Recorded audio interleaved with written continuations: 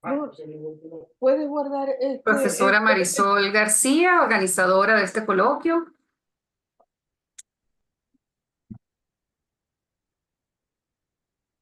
y del ciclo general dedicado a las escritoras venezolanas? Es la autora intelectual y ejecutiva también de este ciclo de conversaciones que ha sido muy enriquecedor.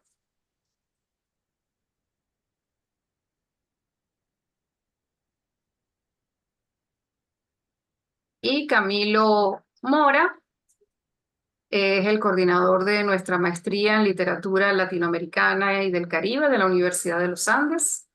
Si puedes. Hola, muy buenas tardes a todas las invitadas, especialmente la escritora Milagros Socorro. Bienvenida. Gracias por acompañarnos en esta segunda oportunidad en el ciclo de escritora que organiza la profesora Marisol García.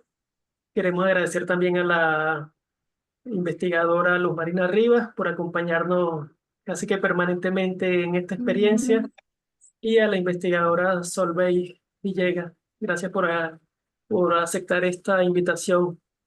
Para nosotros es muy importante este ciclo de escritoras venezolanas porque nos permite conocerlas y leerlas y reconocer el invaluable aporte que han tenido para la literatura venezolana contemporánea. Queremos también aprovechar, y es algo que me recuerda siempre Marisol, invitarlas a ustedes y al público presente también, a las investigadoras e investigadores, a enviar artículos a nuestra revista Contexto, que está recibiendo actualmente para el siguiente número del año 2025. Estamos preparando un dossier especialmente de literatura infantil y juvenil a cargo de Marisol García, pero también aceptamos artículos diversos que entran dentro de la publicación como otros artículos, así como reseñas de libros, entrevistas y de pronto alguna obra creativa. Así también, pues aprovechamos también para invitar a la revista Bordes también, que es parte de la Fundación Cultural, pero que igualmente goza del respaldo de la Maestría en Literatura Latinoamericana y del Caribe y de la Universidad de los Andes, y ambas revistas están alojadas en Saberula. Y bueno, ha sido un trabajo de equipo muy interesante para mantener la vigencia de estas revistas y ser un espacio para la divulgación cultural y literaria en nuestra universidad y por supuesto para toda Venezuela. No les voy a quitar más tiempo y bueno, vamos a disfrutar de este interesante coloquio. Bueno, y mi nombre es Fania Castillo, de parte de la Fundación, pues Camilo y yo trabajamos en conjunto. La Fundación y la maestría son hermanas, nos aliamos en tiempos de crisis, es importante las alianzas y nos colaboramos.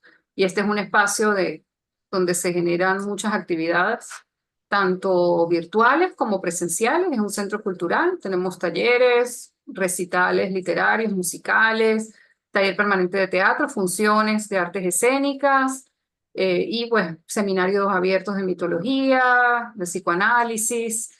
Y pues como lo dijo Camilo, pues dos revistas que organiza, sobre todo él, ha sido el motor detrás de esas dos revistas, de estudios culturales y de literatura. Y pues agradecemos que Marisol haya querido trabajar con nosotros a la distancia, se fue de aquí del- de la universidad y de la ciudad, pero sigue con nosotros así en espíritu, pues. Entonces, bueno, adelante, vamos entonces con el encuentro, también agradeciendo que es la segunda vez desde que empezó este ciclo que vamos a disfrutar de la presencia de Milagros Socorro y hablar de ella. El año pasado hablamos del abrazo del tamarindo, que fue una conversación de verdad encantadora, la disfrutamos muchísimo. Y pues hoy pues vamos a dedicarnos específicamente a sus cuentos, gracias a la participación de las especialistas Solveig Villegas y Luz Marina Rivas. Adelante, Marisol. Buenas tardes a todas, a todos los que nos acompañan en este hermoso coloquio.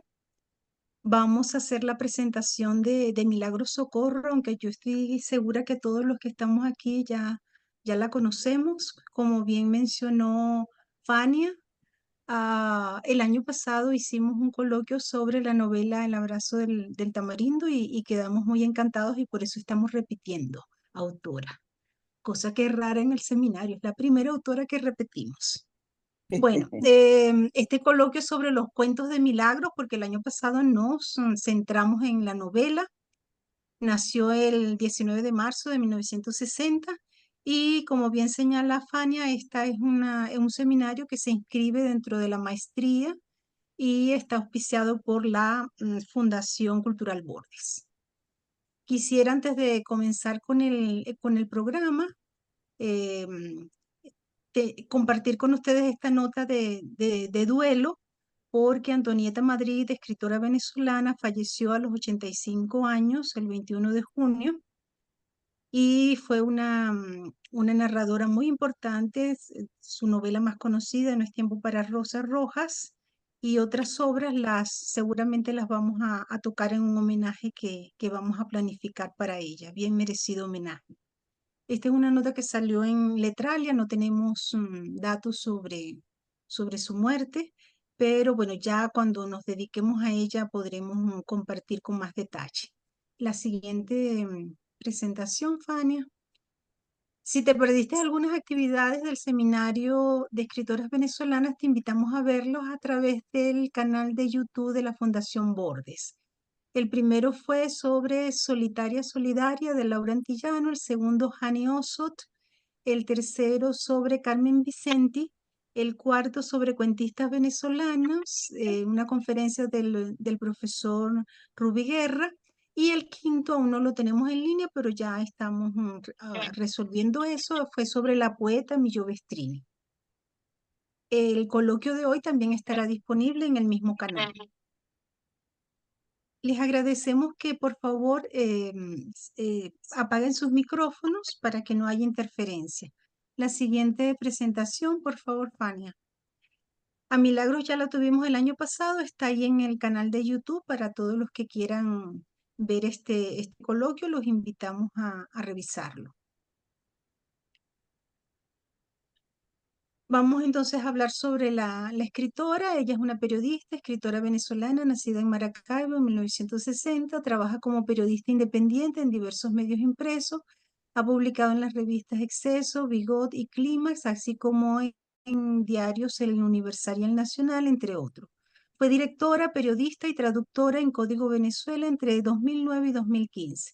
Actualmente escribe para portales como Pro Da Vinci o Caracas Chronicles, así como en su propio blog. Ha sido galardonada con el primer premio de crónica urbana, Diario de Caracas, 1994, por el texto La Venus del Cafetal, el premio de narrativa de la Bienal José Antonio Ramos Sucre, en 1996, por Actos de Salvajismo, el Premio Nacional de Periodismo, 1999, y el premio Oxfam Novit Pen por su labor en defensa de la libertad de expresión frente a la amenaza y el hostigamiento en 2018. La siguiente, Fania.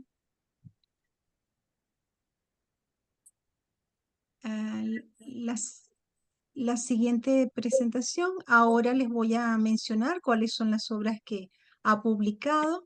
Una atmósfera de viaje, cuentos 1989. Katia Tres Voces, 1994. Alfonso Chico Carrasquel, Con la V en el pecho, 1994. Bernardo Antonio Bermúdez, 1998. Actos de salvajismo, 1999. Horripilón tiene miedo, 2007. El abrazo del tamarindo, 2008. Vacas en las nubes, 2008. Cuentos guajiros, 2010. Si alguien viene a quedarse, 2012. Un café con el dictador y otros relatos sin ficción. Hay algo que me está entorpeciendo que no puedo ver el año, lo omito. En la siguiente, por favor. Y ahí vemos las carátulas de los libros que ha publicado. La siguiente, les agradecemos por favor que apaguen sus micrófonos. Muy bien, hoy nos vamos a centrar en estos dos libros, Actos de Salvajismo, que fue publicado en 2009, y Cuentos Guajiros, publicado, aquí encontré 2 años, seguramente las críticas y Milagros me van a aclarar Yo supongo que uno es el año de la primera edición y luego en 2015 se produce otra edición. Me generó dudas en lo que encontré en internet, lo confieso. En estos dos libros de cuentos nos vamos a centrar hoy en este coloquio. De actos de salvajismo les puse todo el texto completo en el grupo de WhatsApp que tenemos y de cuentos guajiros solamente dos cuentos. Quienes deseen tener estos PDFs para su lectura me pueden escribir un correo en el chat y se los envío con todo gusto. La siguiente, por favor, Fania.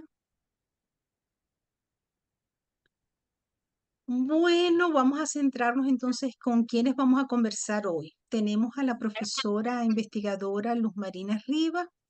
Ella es profesora jubilada de la UCB, actualmente trabaja en el Instituto Caro y Cuervo como coordinadora de la maestría y publicó una reseña del libro Cuentos Guajiros que está ahí disponible en el blog de Milagros y esa es la razón por la cual está invitada a este coloquio. Yo le dije que podía hablar de otros libros, pero se va a centrar sobre todo en este en particular. Solveig Villegas es una sorpresa para este seminario. Ella me contactó el año pasado y a partir de ahí hemos hecho una bonita amistad. Me invitó incluso a la defensa de su tesis doctoral y esa es la razón por la que ella está invitada en este coloquio, porque su tesis doctoral se titula La constante revelación de la literatura, escritura performática y voces narrativas en la obra de Milagros Socorro. Y por supuesto, tenemos la invitada, Milagros Socorro, la autora, y vamos a entonces, una vez que Luz Marina haga la reseña del libro y Solveig nos hable de los aportes de su tesis, vamos a conversar entonces con Milagros, las invitadas y los participantes, las preguntas que quieran hacer, los comentarios que quieran hacer. Este pues es el programa de la jornada de hoy. Y sin más preámbulo, vamos entonces a darle la palabra a Luz Marina Rivas. Agradecemos que por favor apaguen su micrófono.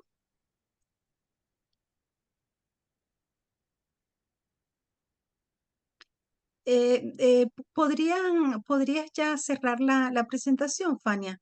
Ajá, nos quedamos aquí con el programa. Bueno, muy bien. Escuchamos entonces a la profesora Luz Marina. Bueno, primero que nada, muchas gracias por invitarme de nuevo. Ya siento que la maestría en literatura latinoamericana y del Caribe y la Fundación Bordes son espacios muy queridos para mí, virtuales. Bueno, yo voy sencillamente a introducir un poquito mis lecturas de los cuentos de Milagros, pero el mayor espacio lo debe tener Solveig, que tiene su tesis doctoral. Entonces, quiero decir que el primer libro de cuentos que yo conocí de Milagros es Una atmósfera de viaje. Mi edición es del año 91 porque este libro ganó la primera Bienal Literaria Udón Pérez, que es de la Dirección de Cultura de la Universidad del Sur. Aquí vemos a una Milagros eh, que comienza con su narrativa de ficción y pues se trata de un libro bastante diferente a Cuentos Guajiros, porque tenemos personajes muy cotidianos, muy citadinos, y ya en esta obra hay como un interés por hablar tanto de los mundos exteriores, es decir, Milagros como buena cronista es muy descriptiva, y creo que eso caracteriza toda su cuentística, y por otra parte, del mundo interior de los personajes. En buena parte, o en su mayoría, son mujeres. Entonces, aquí tenemos con los temas de relaciones de pareja, relaciones clandestinas, pero también el mundo interior de las mujeres de pronto tienen sueños perdidos, o hay un cuento que a mí me conmueve mucho allí, Una mañana perdida. Trata de una madre de 5 hijos, casada con un trabajador, eh, como dirían hoy en día, workaholic, pero que no es apreciada por la familia en lo que para ella sería lo más íntimo, claro, que sería desarrollarse como artista plástico. Ni los hijos, ni el marido, ni nadie aprecia su arte. Y entonces la tenemos entrevistada por una joven periodista, y allí pues se va a crear una relación que la saque. Tenemos también pues la relación de la amistad de mujeres en Alguien llama en la madrugada, por ejemplo. O, bueno, hay otros. Tenemos que decir, los amores clandestinos de una joven pura y cosas así. En el acto del salvajismo del año 99, que se gana la Bienal José Antonio Ramos Sucre, ya hay otro tipo de exploraciones. A mí me encantó el cuento Cambio de Guardia, en que tenemos a una Ángela de la Guarda, pero que tiene un cuerpo muy humano y muy de carne y hueso.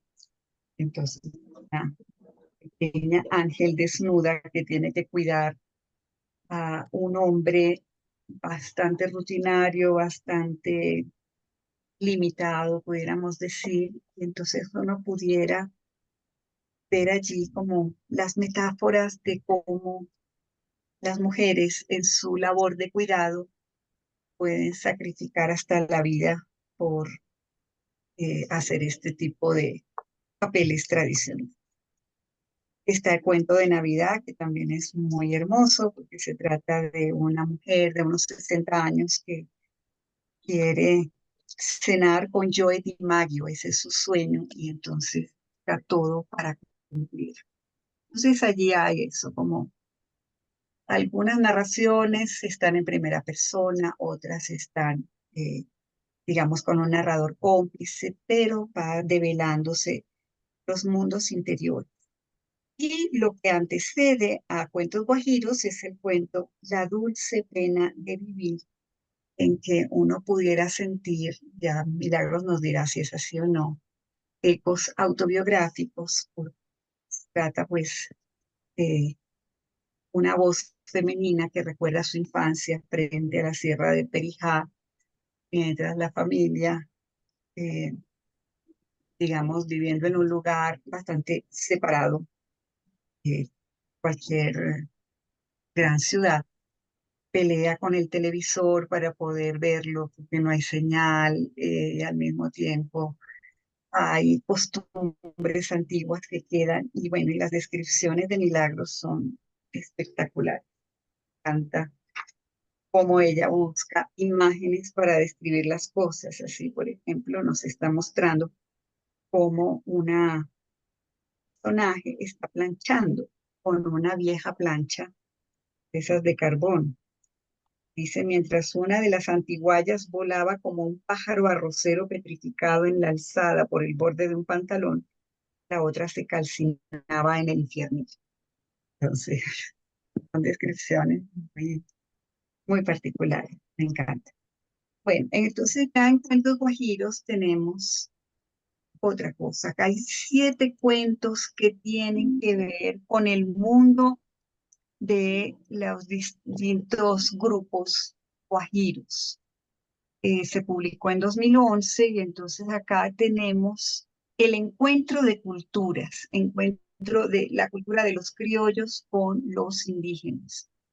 Entonces, lo que más me llamaba la atención cuando leí este libro de cuentos es que la mayoría de los protagonistas son niños o adolescentes o mujeres muy jóvenes. Entonces, hay una falta de prejuicios de ellos en relación con los adultos, o en algunos casos, ellos remedan los prejuicios de los adultos. Entonces acá tenemos cuentos que nos narran, por ejemplo, cómo una joven novicia ayuda a un niño yukpa a escapar de una misión católica para asumir sus responsabilidades de guerrero, de cacique. O, por ejemplo, cómo una niña de Maracaibo, sobreprotegida por su madre, va a pasar el fin de semana con una compañera de la que nadie sabía que era una indígena de Perijá. Entonces, la niña tiene un espacio de libertad y un encuentro muy particular que rompe los prejuicios que había tomado de su madre, de la comunidad barí. Ella va a andar desnuda y descalza, disfrutando de la naturaleza, acompañada de su amiga. Y entonces es bien interesante cómo cuando se entera de que va a una comunidad barí, a pesar de que su compañerita es una compañera del colegio que con uniforme como ella y que hace las mismas cosas en la ciudad, le pregunta, ¿Barí? Repitió Adela pensativa, ¿no serán motilones los indios feroces de la sierra? Eulalia y su primo se rieron con alegría y teñida de resignación. Los Barí son gente tan tranquila y dulce que suele decirse que que el mayor castigo reservado a los niños es que la madre les dé leves azotes la mano con una pata de pavo.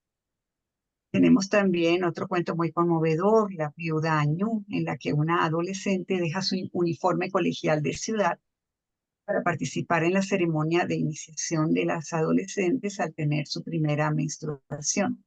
Entonces ella va a ser encerrada para que piense durante 15 días. Pero como desconoce las tradiciones de su pueblo, a pesar de que oye a través de la pared cómo los ancianos le cuentan historias a un escritor que viene de la capital, va a, digamos, a obedecer normas y, bueno, va a escaparse luego con su caballo, lo cual le va a traer grandes problemas. Entonces, y tenemos el cuento tal vez más conmovedor del que yo hago una reseña que deben ya haber leído, que es el de Hábleme de la Sierra. Tiene tanto que ver con la manera como los indígenas pierden su cultura por las agresiones de los criollos.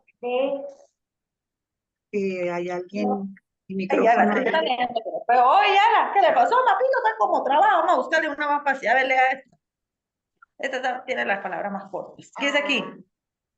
Por favor, la persona que tiene el micrófono abierto, si lo puede cerrar, porque no. Cerré varios, a ver. Gracias. Ok, entonces, ¿qué tenemos acá? Librada de la Sierra, una niñita de 4 años de edad cuya familia ha sido asesinada en un ataque perpetrado por gente criolla, que es regalada al presidente López Contreras en una visita que él hace a la Sierra de Perijá cuando debe tener un encuentro con el presidente. Entonces, la descripción es cinematográfica. Sentadita en un taburete detrás de las prensas de queso y los racimos de plátano, muda, mirando a un rincón, cubierta apenas con aquel vestidito lleno de remiendos y aquellas chinelas que se le escapaban de los pies.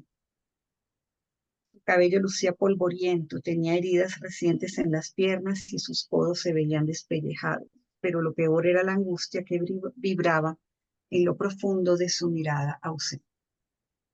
Es bien interesante porque esta niña es sacada de su comunidad, pero crece al amparo de la cocinera del lugar que la adopta como su hija y tiene todo el tiempo la pulsión de recuperar su verdadera identidad. Entonces, ya mayor, gracias a los archivos del periódico, puede saber cuál era su verdadero nombre, entonces, de Kiki. Y de esa manera logra hacer conciliar su propia cultura con la nueva cultura que le ha sido impuesta. Esto es muy, muy particular porque ella se había quedado sin nada y entonces decide recuperar lo otro. Pero no todas los protagonistas criollos son precisamente explotadores, sino que también tenemos en el libro El canto de la selva algo que se parece a lo de la película Jericó, la doctora joven que va con toda la autoridad que le da la institucionalidad occidental a, al Amazonas, este cuento ya no es guajiro, que va al Amazonas, logra establecer una comunicación que, si bien al principio era, digamos, de la autoridad frente a estos indios salvajes que no entienden, que no saben, luego ella adopta la sabiduría de esa comunidad a la que ha llegado. Es particularmente especial, entonces tiene que luchar contra sus propios prejuicios cuando las evidencias demuestran que esa comunidad tiene sus propias formas de cultura. Y otro cuento que también, pues, para mí es muy especial, es escrito en un chinchorro, porque entonces aquí también tenemos la convergencia de diversas culturas.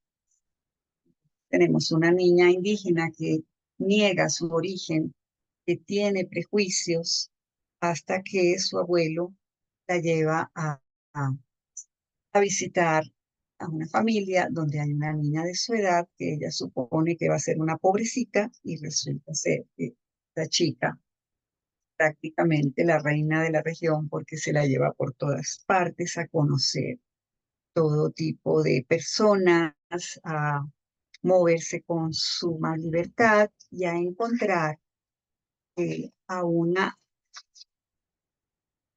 mujer sabia que es hija de un holandés y una india y que teje chinchorros, y esos chinchorros tienen la escritura que da cuenta de la cultura de la gente. Entonces es algo muy especial.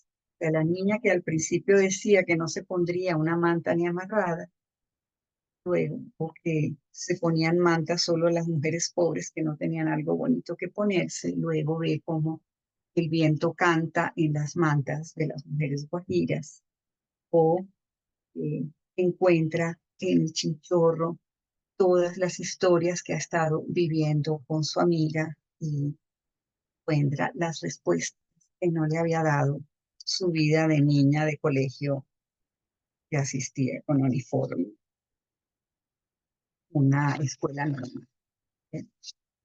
Entonces, tenemos acá una accesibilidad muy particular de Milagros de explorar el mundo indígena desde adentro, poniéndose en el lugar de, de las comunidades guayú. Eso, pues, lo logra con su talento, eh, vamos a llamarlo de, como dicen los teóricos del testimonio intelectual solidario.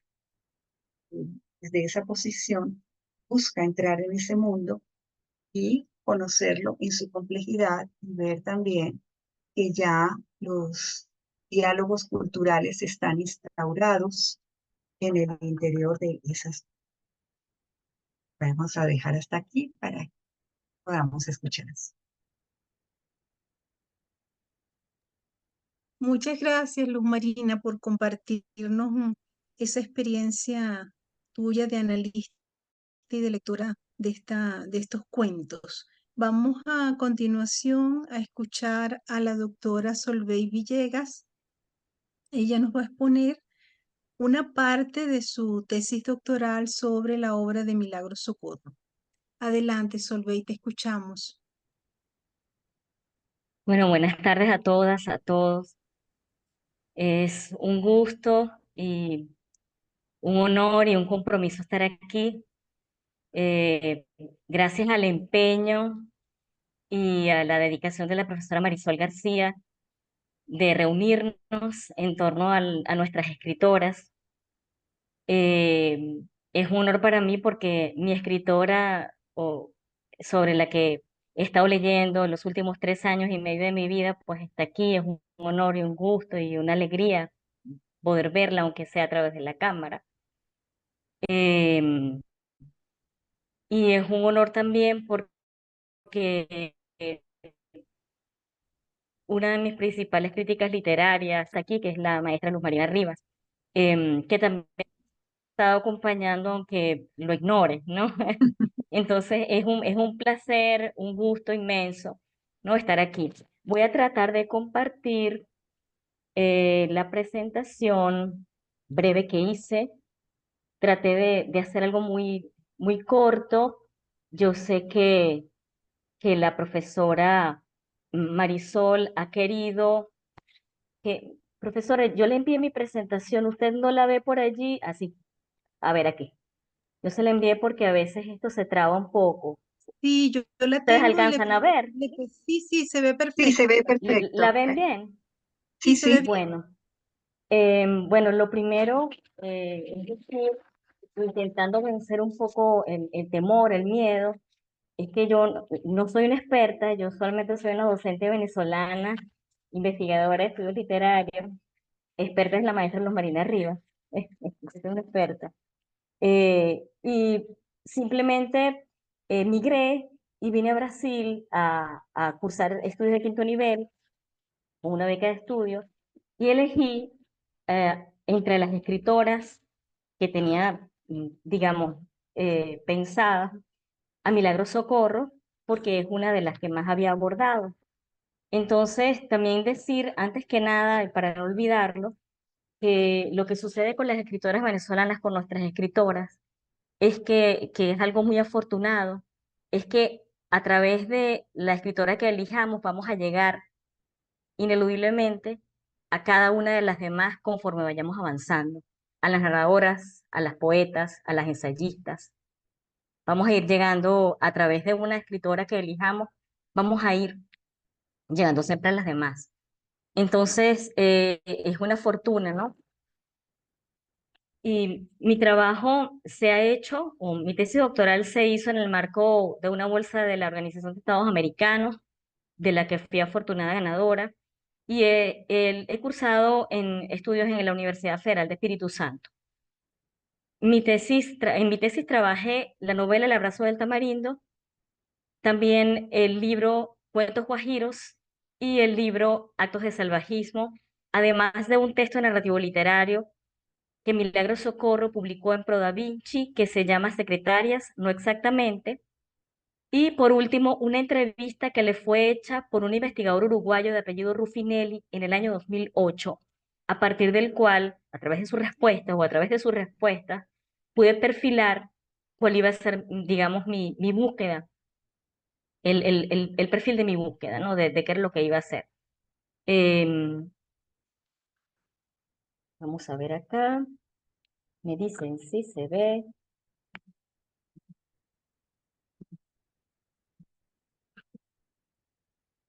¿Están viéndolo? ¿Sí? Sí, lo estamos viendo, se ve bien. Esta información de la izquierda ya la tenemos, sabemos la fecha de nacimiento de mi escritora, su lugar de nacimiento que ha sido la clave fundamental o el punto de partida, porque mi escritora no solo es venezolana, no solo nació en Maracaibo, sino que se crió en la Sierra de Perijá. Y todos los caminos, en el caso de mi lectura o mi interpretación de su obra, llevan a la Sierra de Perijá. El criterio de selección que me impulsó, me animó a trabajar la obra de Milagros Socorro está digamos, la riqueza del tratamiento de las mujeres como personajes, la fuerza de las narradoras, porque hay un predominio de mujeres que narran, de adolescentes que narran o de niñas que narran, como bien lo ha dicho la profesora Luz Marina Rivas. Y la búsqueda de esas mujeres narradoras, de sus lugares en la realidad que recrea la instancia narrativa, ¿no? Eh, la hipótesis que impulsó mi trabajo es que existe una performatividad, es decir, una relación, una provocación permanente, un cuestionamiento, una crítica permanente en la obra de Milagros Socorro, que se establece y la vincula o vincula a la instancia narrativa con las lectoras, con los lectores, perennemente, de una forma muy provocadora, ¿no? Y nuestra investigación responde al interés de estudiar y divulgar la narrativa venezolana hecha por mujeres, con la esperanza de contribuir a la visibilización de nuestras narradoras. Y lo que sucede a menudo cuando encontramos lo que plantean las críticas literarias venezolanas, como Luz Marina Rivas, como Beatriz González Estefan, es el hecho de que a través de que las narradoras incluyen a las poetas dentro del marco de su concepción de lo que es la escritura, y las poetas incluyen a las narradoras, y cuando hablan sobre la escritura de mujeres venezolanas, y las ensayistas vinculan a las poetas, a las narradoras, a las cronistas. Entonces, digamos que es un posicionamiento muy interesante el que hemos encontrado en Milagro Socorro, a propósito de no solo trasciende, digamos, el trabajo de los personajes mujeres, hasta alcanzar, digamos, el intento por trabajar, por visibilizar la opresión, por visibilizar el dominio masculino, por visibilizar la crítica social, la crítica cultural,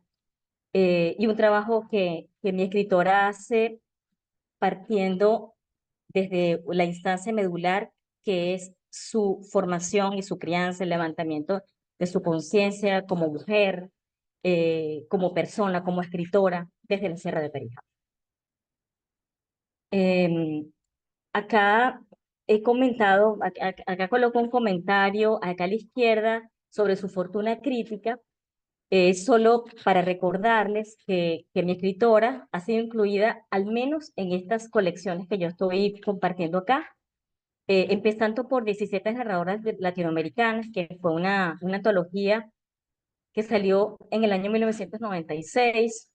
Es una antología surgida bajo el auspicio de CERLAL y UNESCO.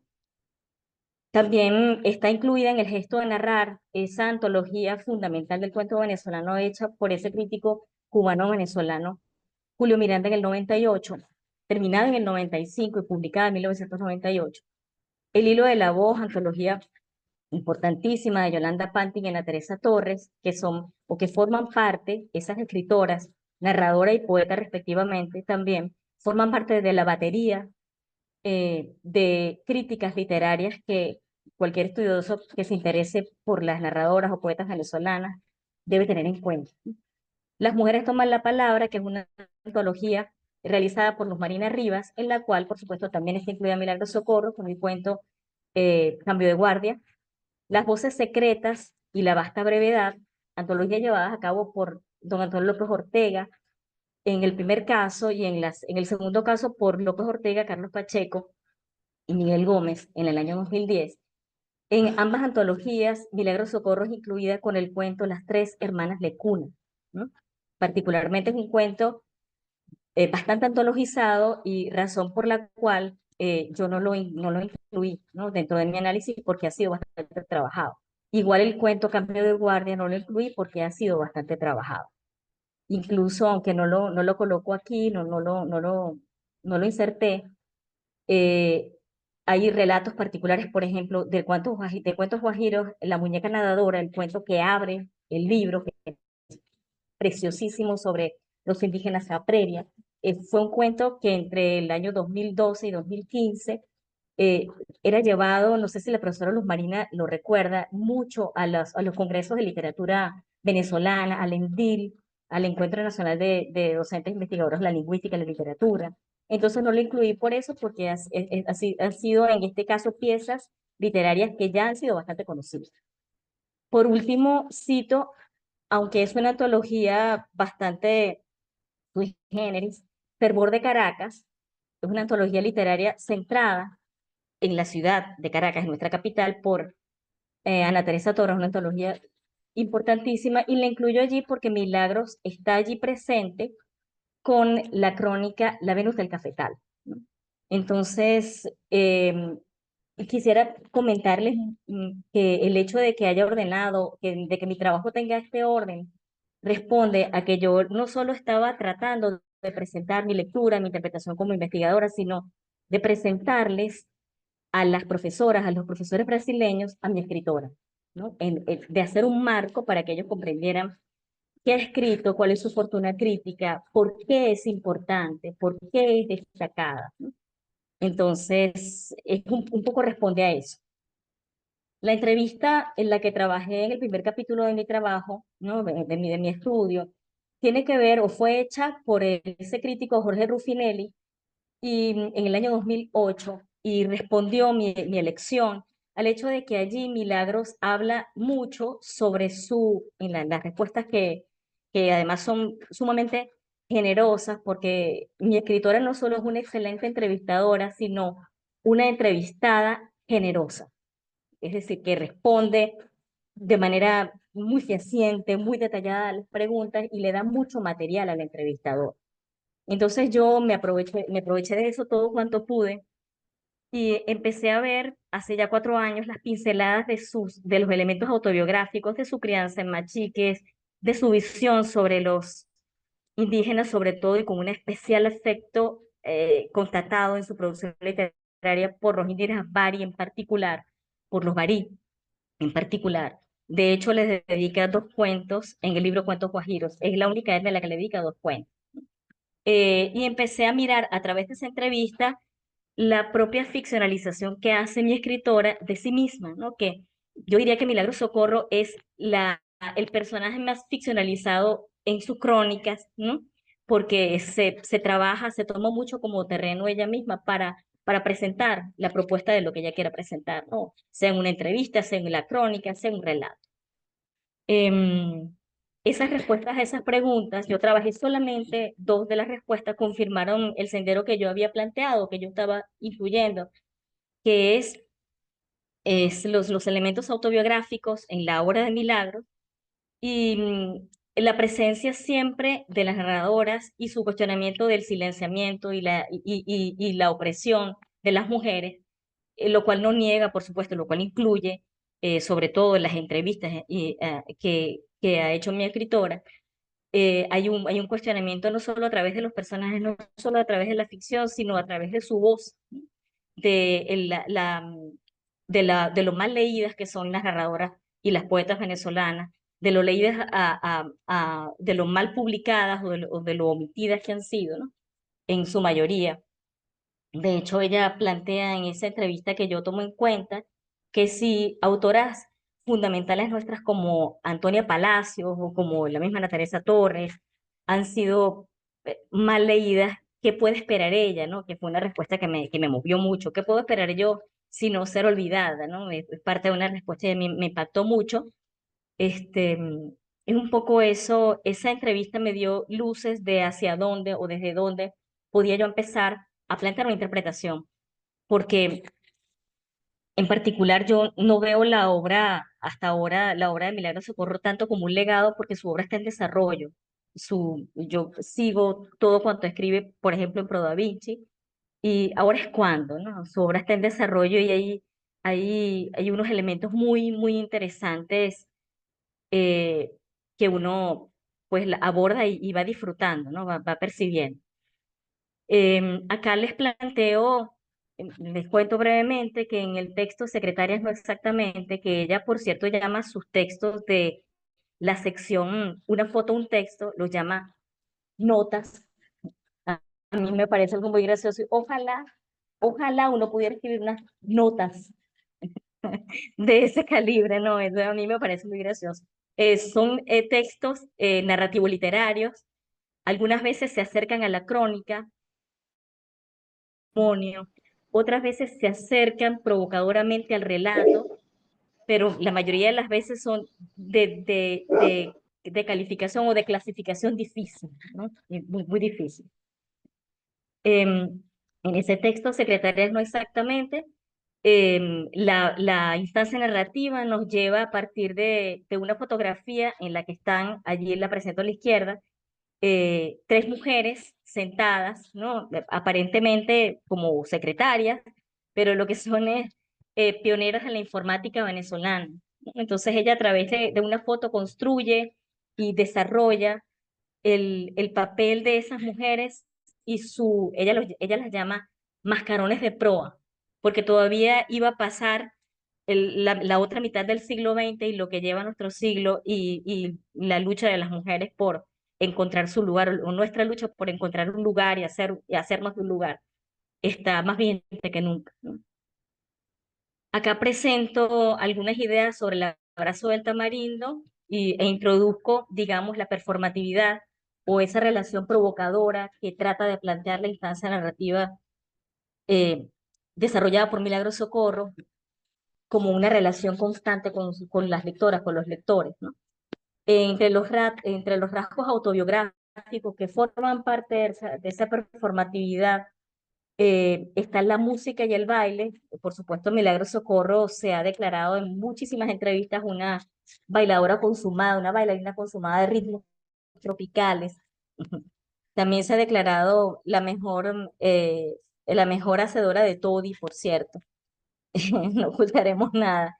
Pero ese elemento, el elemento musical, atraviesa todo cuanto yo pude abordar, ¿no? En todos los libros, en los libros de cuentos, en la novela, está la performatividad o la inclusión de lo musical, sobre todo de los ritmos del Caribe, ¿no? De las imágenes de los ritmos del Caribe, la imagen de la trompeta, la imagen de los cuerpos, para usar un término, una expresión muy venezolana, dándolo todo, dejándolo todo en la pista, ¿no? Esa puesta en relación entre el hombre y la mujer allí está muy presente siempre. Entonces, em, se alternan rasgos performativos como lo musical con su crianza y con el elemento particular de machiques.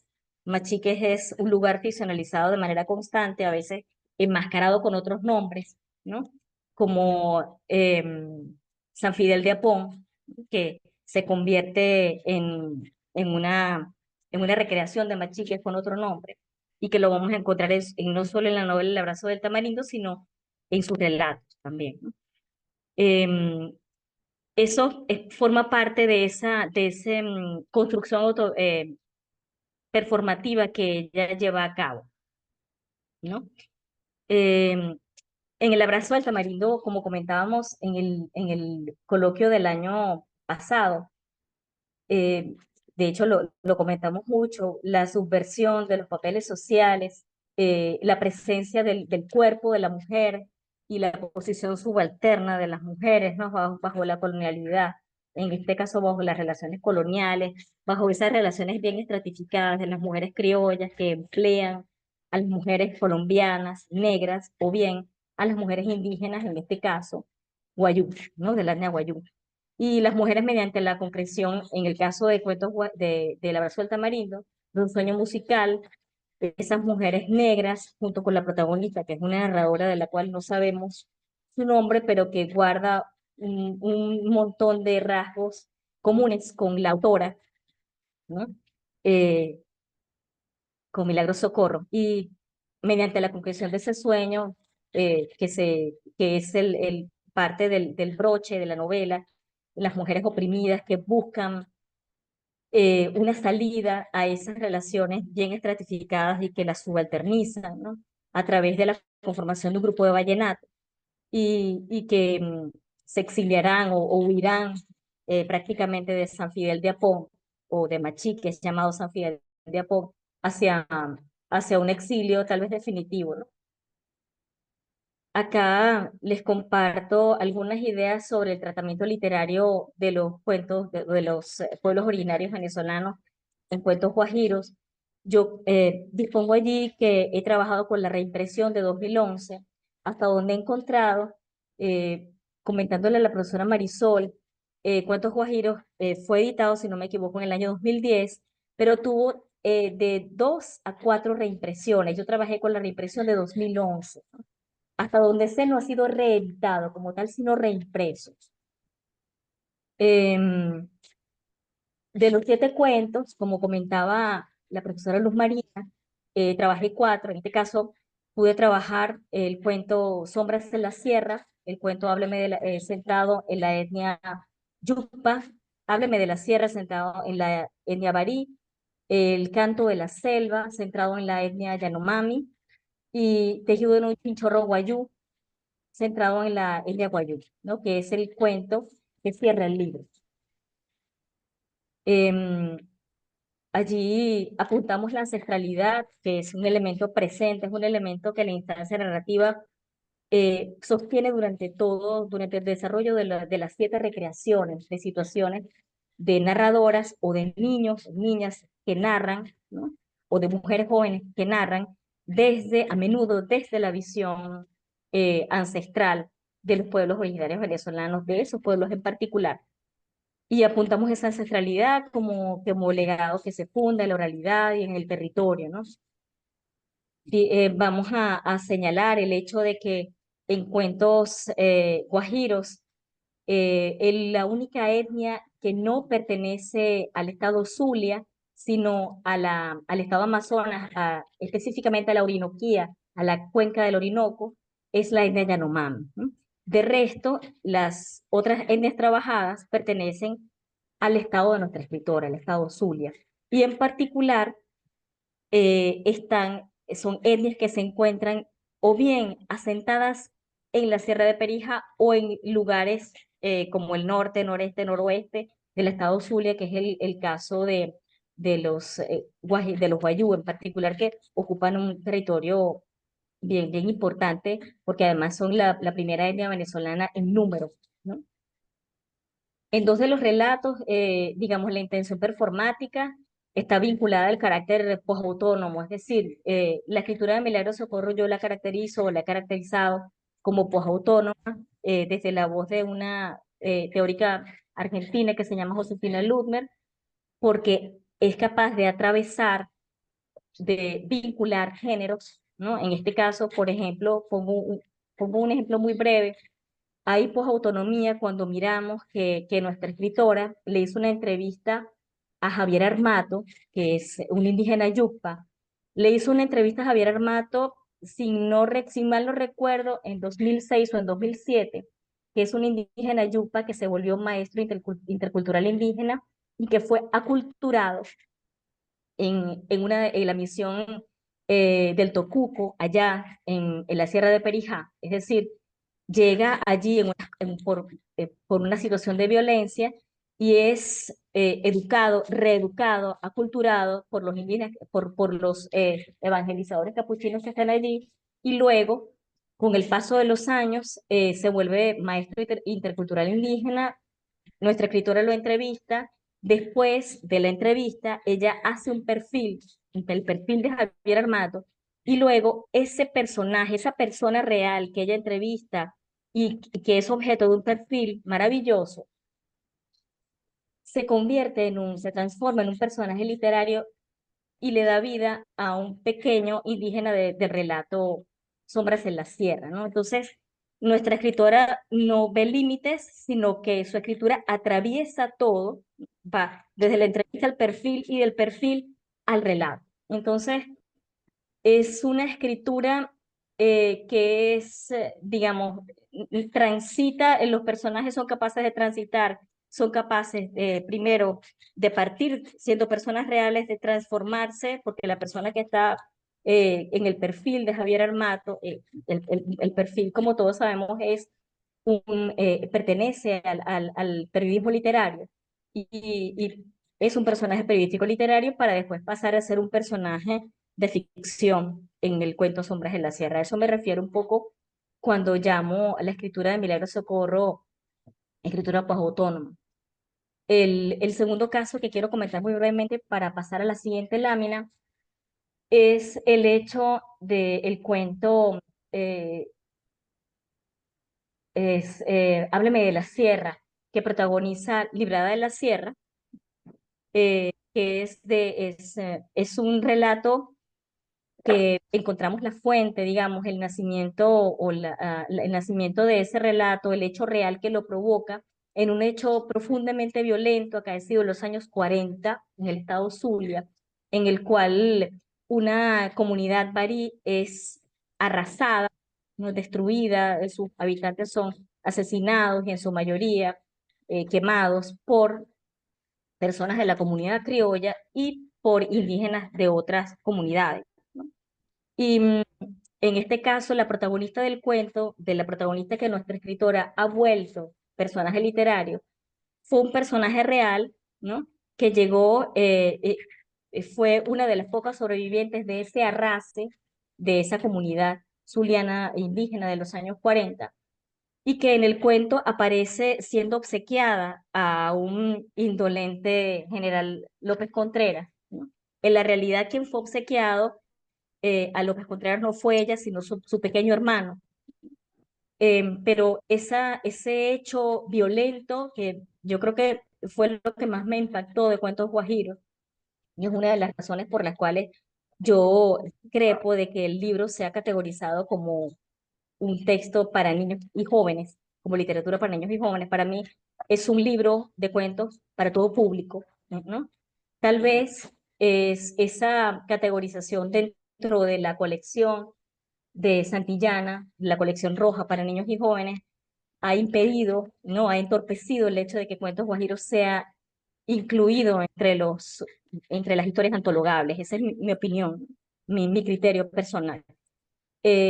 Vuelvo, el cuento Hábleme de la Sierra es un cuento impactante porque nuestra escritora en su hacer posautónomo vincula como parte de la narración de relatos fragmentos del reporte periodístico publicado por diarios como El Nacional o El Universal de aquel ataque, de los testimonios de aquel ataque, que por cierto fueron recogidos y confirmados por un antropólogo venezolano, un antropólogo importantísimo que se llama, de apellido Lizarralde, en primera década de 2000. Es un antropólogo que, entre otros muchos aportes, nos dejó, digamos, esa puerta abierta. Uno de los elementos que llamó bastante la atención de nuestra escritora a las lectoras y lectores aquí en Brasil, a las profesoras y profesoras acá del mundo académico, fue ese traer ese hecho 70 años después y actualizarlo a través de una historia, ¿no? A través de una pieza de ficción. Em, Voy a continuar hacia la siguiente lámina que corresponde con mi trabajo, una síntesis de lo que fue el trabajo del libro Actos de Salvajismo. Yo trabajé solo 5 cuentos de Actos de Salvajismo, trabajé con la edición del año 2009, es decir, trabajé con la edición que tiene los 9 cuentos originales y 5 más, 14 cuentos, ¿no? Para ser muy breve, bueno, las voces narrativas están encarnadas en mujeres, ¿no? Casi siempre, como decía la profesora Luz Marina Rivas, narradoras en primera persona o bien narradoras que comparten, ¿no? La labor, el hilar, las tramas.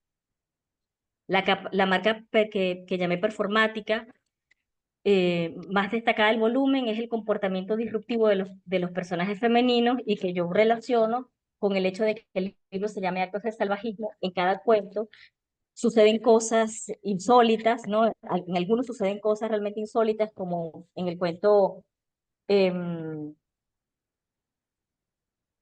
Escenas contra la pared, en el que un personaje tiene manía antiséptica, es decir, incurre en el fregado de platos para evadirse de la realidad dura que le toca, que por cierto es una protagonista, narradora protagonista que además es periodista y está muy agobiada por los plazos y tiene una amiga impactada por un trauma familiar que desarrolla otra manía, ¿no? En este caso, luminolepsia, que incurre cada vez que se apaga la luz y se prende el reflector en el cine, cuando su amiga la lleva al cine, ¿no? Para ayudarla a llevar el trauma de la pérdida de su hijo, incurre en una, digamos, en un especial monólogo de obscenidad. Entonces, esos, esos son, digamos, 2 elementos que nos introducen, o que nos impulsan a pensar que esos actos de salvajismo, ese nombre provocador que tiene el libro, tiene que ver con el comportamiento disruptivo, cuestionador de los personajes femeninos que pueblan los relatos, ¿no? En este caso, en actos de salvajismo hay mucho de la conciencia del cuerpo de las mujeres. Hay un relato maravilloso que se llama Lección de Baile, en el cual una instancia narrativa experta en el acto de bailar ritmos caribeños enseña a una hipotética aprendiz cuáles son cuáles son las condiciones para que se desempeñe como una excelente pareja de baile, ¿no? Y pone en una línea muy ambigua cuáles son los límites de lo aceptable y qué puede hacer, digamos, provocadoramente para desempeñarse como una excelente bailarina, ¿no? Entonces, em, en último lugar, sobre esta lámina quisiera subrayar el hecho de que tanto en el capítulo sobre eh, la novela El abrazo del tamarindo, como sobre el abordaje de cuentos guajiros, tanto como en el abordaje de actos de salvajismo, hay no solo el carácter performativo, pues autónomo de nuestra escritora, sino también una marcada territorialidad. Esa territorialidad inicia y termina en el hecho de que a menudo Milagros Socorro hace su trabajo, digamos, de ficción y ese trabajo que arma o que ha estado armando a través de su obra, situándose desde Machiques y la Sierra de Perijá, ¿no? Incluso aunque algunos relatos no se ubiquen inicialmente allí, hay una lembranza, un recuerdo, un traer, un actualizar a las lectoras, a los lectores, desde ese lugar, ¿no? A través del cual ella construye lo que nosotros llamamos imaginación territorial, ¿no? Imaginación territorial es lo que hizo, por ejemplo, Rómulo Gallegos a partir del llano venezolano, ¿no? En Doña Bárbara. Imaginación territorial es lo que hizo Gabriel García Márquez con Macondo y ese rincón específico del Caribe colombiano. Imaginación territorial es lo que hace Milagros Socorro cuando se posiciona como narradora desde ese lugar tierno, conmovedor que tiene un espacio allá en la Sierra de Perijá, o frente a la Sierra de Perijá. Eso constituye imaginación territorial. Em, Bien. Cierro planteando algunas de mis consideraciones finales. En la obra de Milagros Socorro encontré constantemente la problematización de las mujeres recreadas y una crítica social y cultural perenne, ¿no? El hecho de que las mujeres ficcionalizadas tienen orígenes muy diversos. Hay indígenas de muchas etnias, hay mujeres negras colombianas, hay extranjeras, hay mujeres nacionales, mujeres de pueblo, profesionales, ¿no? Mujeres con problemas cognitivos, mujeres en condiciones muy diversas, ¿no? Y encaran, digamos, el reto de su existencia desde sus orígenes étnico-raciales, desde sus papeles sociales de género y desde las circunstancias, ¿no? Que están viviendo en cada pieza. La voz narrativa predominante, ya lo he comentado, son las enunciadoras protagonistas. Los principales rasgos performáticos son los gestos autobiográficos, la presencia de los elementos de la vida de Milagros Socorro, el hecho de que, por ejemplo, muchas de sus narradoras, varias de ellas, van, como ha afirmado Milagros muchas veces, que iba con su padre en la camioneta, su padre o la persona o el piloto o el conductor a quien ellas acompañan está percutiendo en el volante, está sonando música que a menudo es vallenato, ¿no? No solo en las respuestas de nuestra escritora a las entrevistas, sino en la vida de muchos de sus personajes mujeres, ¿no? Entonces, esos elementos autobiográficos, ese elemento que trajo a colación la profesora Luz Marina de la plancha, la mujer planchadora, que pasa la plancha de hierro y la plancha, ese instante en el que la plancha rebota en el piso y da muchos chispazos, lo encontramos esa planchadora y en ese instante en La dulce pena de vivir, en Actos de salvajismo, y lo encontramos en una de las protagonistas del abrazo del tamarindo que está planchando y es sorprendida por su patrón desde la espalda, ¿no? Y lo encontramos también en las respuestas a las preguntas que hace Milagros en algunas entrevistas en las que plantea que entre las actividades que hacían muchas mujeres colombianas que estaban, por ejemplo, como servicio en su casa, estaba el hecho de planchar, ¿no? Entonces, esos elementos que están allí se enhebran, ¿no? Esos elementos autográficos se enhebran en su obra literaria. La figura del líder político venezolano que encontré con más incidencia es la figura del militar, ¿no? El general que aparece como Juan Vicente Gómez o bien como Eleazar López Contreras, ¿no? Y en la de un personaje cercano, bastante cercano a Marcos Pérez Jiménez en el relato Los vicios de la maestra Ayala, que fue tal vez mi relato preferido entre todos los de actos de salvajismo. No figuró en el libro, en el libro que se publicó, que ganó premio en el 99, pero tal vez ha sido el relato que más me conmovió de todo el libro, ¿no? Es una maestra, la maestra Ayala, que llega a un pueblo que no es otro que San Fidel de Apón, es decir, Machiques, y se empeña en enseñar contra, digamos, a contrapelo y contra todas las condiciones adversas que va a encontrar allí. Entonces, esas figuras del general, esa figura del político, el general, se pavonean, ¿no? De manera impune, autoritaria, e intervienen en las tramas de manera frecuente, ¿no? Para mí, para recordarnos ese presente que pareciera guardarnos, ¿no? Amenazarnos allí. La recreación de las naciones indígenas y sus convenciones, como les comenté, está presente no solo en cuentos guajiros, sino también en elementos en actos de salvajismo, porque no solo hay indígenas conversando y vueltos personajes literarios en actos de salvajismo también, sino personajes criollos que hablan sobre los indígenas barí o que hablan o que recrean escenas sobre los guajiros, por ejemplo, sobre los guayú. Entonces, el tema de los primeros pobladores es fundamental en la obra que yo tuve oportunidad de revisar, de nuestra escritora, o en las obras que tuve oportunidad de revisar. Por supuesto, yo no trabajé todo, sino solo, digamos, una pequeña parte.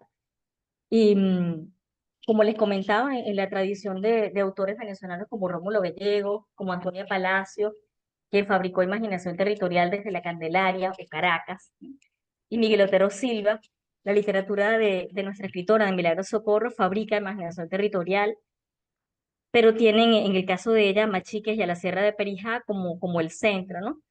Y aparece, digamos, desde mi interpretación de su obra vinculada a una tematización del proyecto educativo venezolano como una instancia que está inacabada, porque vemos en un relato como los vicios de la maestra Ayala, a la maestra interactuando y a los niños de muy diverso origen, planteando una desigualdad muy fuerte, ¿no? En el aula de clase de primaria que la maestra arma. Y esa escena la miramos también, una escena bastante semejante, fabricada o construida por la gran escritora venezolana Antonia Palacios en Ana Isabel, una niña decente, y encontramos una escena semejante de una maestra dedicadísima, que es para mí el más bello personaje literario venezolano, que es Carmen Rosa Villena, de protagonista, creada por Miguel Otero Silva para Casas Muertas y para Oficina Número 1. Entonces, la maestra Carmen Rosa, la maestra Ayala y la maestra de Ana Isabel, ¿no? En, en relación con sus alumnos y en esa apuesta, en ese propiciar la imaginación y la sensibilidad en la escuela, ¿no? Esas tres maestras y esos diálogos que vamos a encontrar, no solo en la obra de Milagros Socorro, sino de esos autores venezolanos fundamentales con los que pude vincular, ¿no? Ese interés por plantear el aula venezolana de primaria o el aula venezolana de un cierto espacio desatendido como una escuela primaria en La Candelaria o una escuela primaria en el pueblo que se viene abajo, en Ortiz, ¿no? En Miguel Otero Silva o en el pueblo que está en construcción en Oficina Número 1. Esa tematización, esa ansiedad, ¿no? Por tematizar la educación venezolana como un proyecto inacabado. Espero no haber resultado tan caótica, pero ha sido un gusto estar aquí y compartir con ustedes lo que ha sido mi interpretación. Al final, una investigadora o un investigador de estudios literarios solo plantea un conjunto de interpretaciones y lo importante es promover la lectura de nuestras escritoras. Yo he podido llegar a escritoras tan importantes como Lisa Lerner o Millo Bestrini a través de la lectura de Milagros, ¿no? Y a través del trabajo. Gracias, profesora Marisol, por la invitación y gracias a todas, a todos. Gracias, Solveig. Me ha encantado lo que has expuesto, lo que has compartido de tu tesis y me voy a tomar el privilegio de estar moderando este encuentro para hacer la primera pregunta. Pero antes les voy a leer un comentario del chat. Dice, saludos, es de Mitzi Flores. Me interesa la inclinación intencionada hacia la mirada de las mujeres venezolanas de este grupo y de la obra de Milagro Socorro. Su sororidad, la relación de pares mujer-mujer y el trasluz feminista que se deduce. ¿Hay un posicionamiento teórico en esta dirección? Se pregunta Mitzi. Para cualquiera que las invitadas o Milagros, en fin.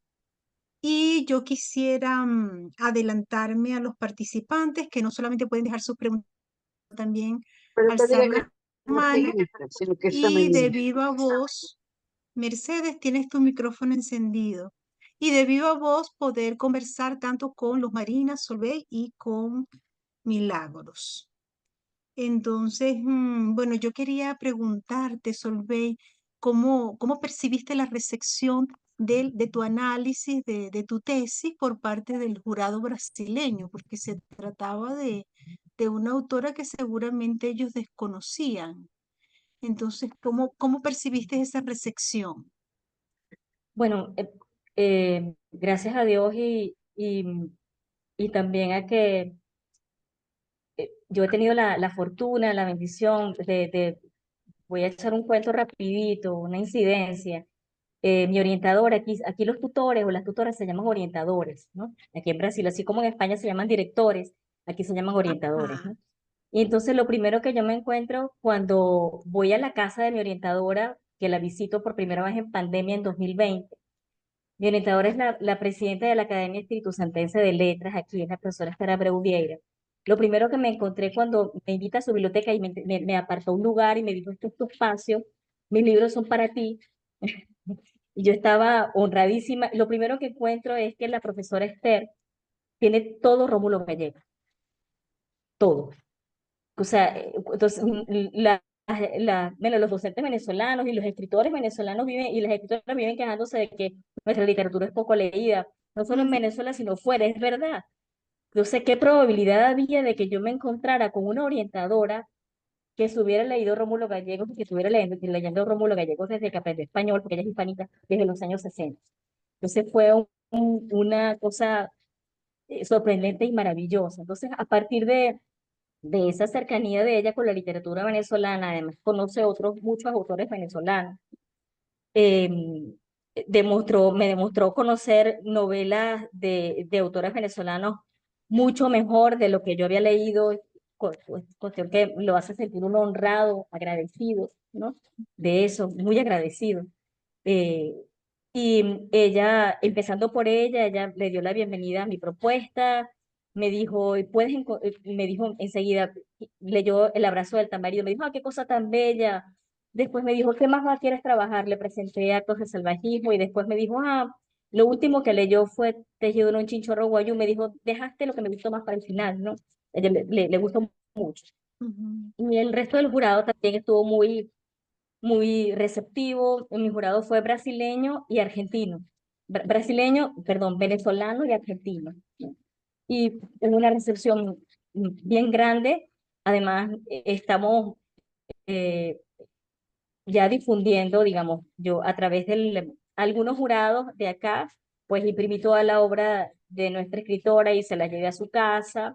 A otros simplemente la divulgué con los PDF, ¿no? A personas que me pidieron la obra desde estados del Nordeste, desde estados del Brasil, tiene 5 macrorregiones porque es muy grande, ¿no? Entonces, ujú. yendo, envíame cuentos guajiros desde lo que tengas de cuentos guajiros, desde el sur, desde el noreste, desde todas partes. Entonces, ha sido una experiencia muy agradable. Quisiera responderle brevemente a la profesora Mitzi Flores. Me apresuro a responder porque en ninguna entrevista de nuestra escritora, de Milagro Socorro, que yo haya leído, en ninguna ella se declara feminista.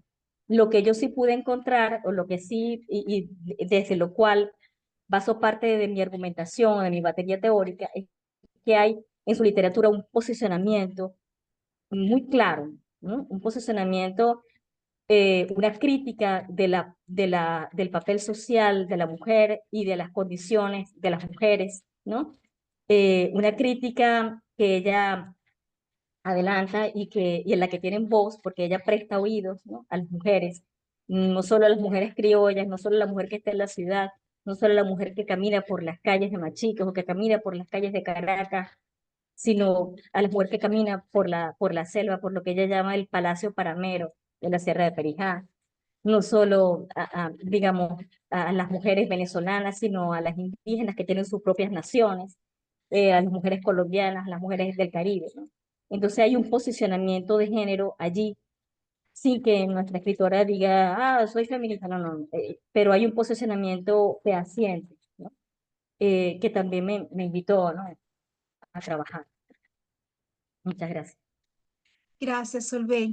Bueno, estamos en espera de sus comentarios, de sus preguntas.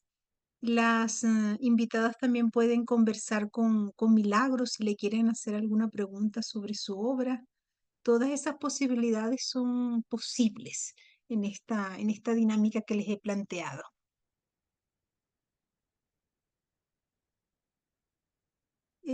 Mientras se deciden, te leo algunos comentarios, Solveig, sobre tu exposición.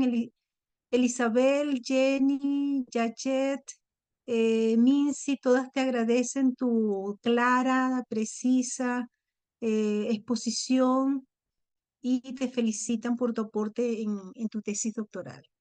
Luz Marina, ¿nos quieres comentar algo o nos quieres preguntar algo? No, Adelante. sí, sí. Bueno, ya me había comunicado con Solveig y sabía que estaba trabajando a Milagros y solo le pude mandar 2 cuentos porque me había perdido el libro que recientemente encontré de nuevo aquí. Este y esta edición. Entonces, bueno, no, sí me gustó mucho y además veo que hay convergencias, es decir, uno puede encontrar en la obra de Milagros esos guiños autobiográficos, puede encontrar en su manera de narrar a la cronista. Entonces, crónica y ficción se reúnen en su obra. Es bastante claro, como se pudo ver en la exposición de Solveig.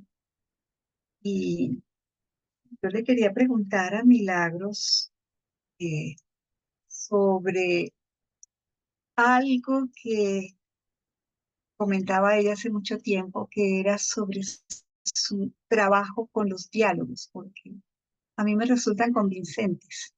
Ella decía en una ocasión que le costaba mucho armar diálogos, pero vamos viendo que en estas obras los diálogos están. Entonces, quería un comentario acerca de la propia amiga. Bueno, es una pregunta muy técnica. Antes de responder a la queridísima maestra Luz Marina Rivas, a quien le debo,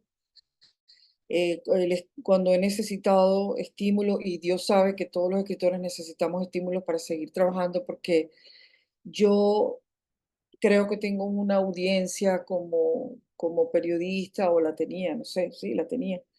Y en mis clases tengo interlocutores, pero como escritora mi soledad es muy grande, ¿no?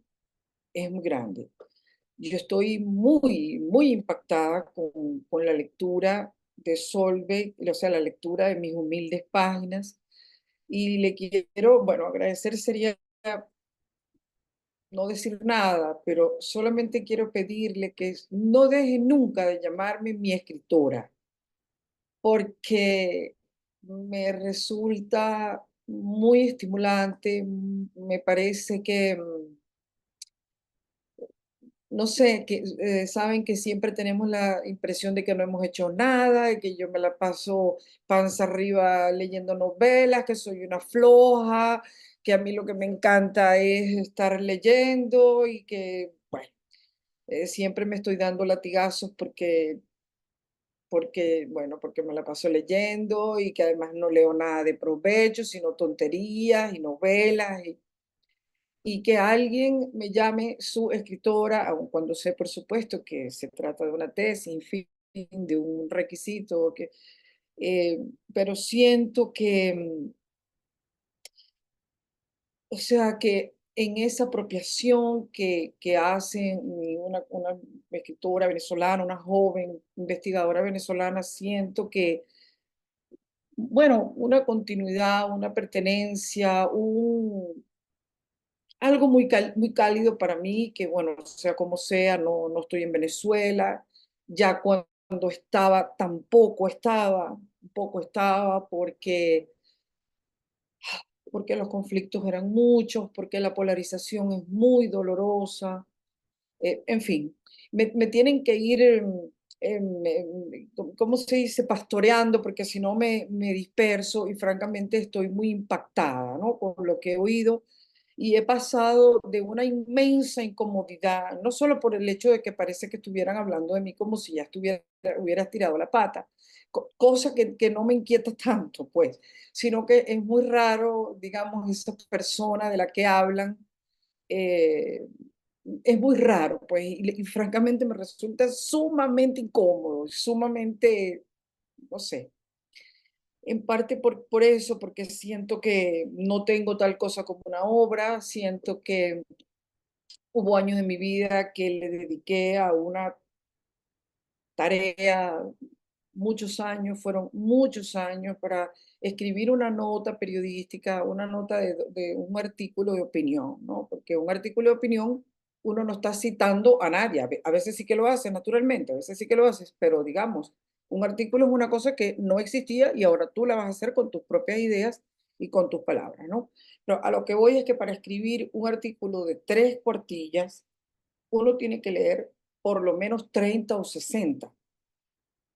Entonces yo estuve años escribiendo periodismo de opinión y leyendo no solamente mi propio periódico en el que estuviera en ese momento, sino la competencia, la otra competencia, montones de informes, es decir, francamente me arrepiento.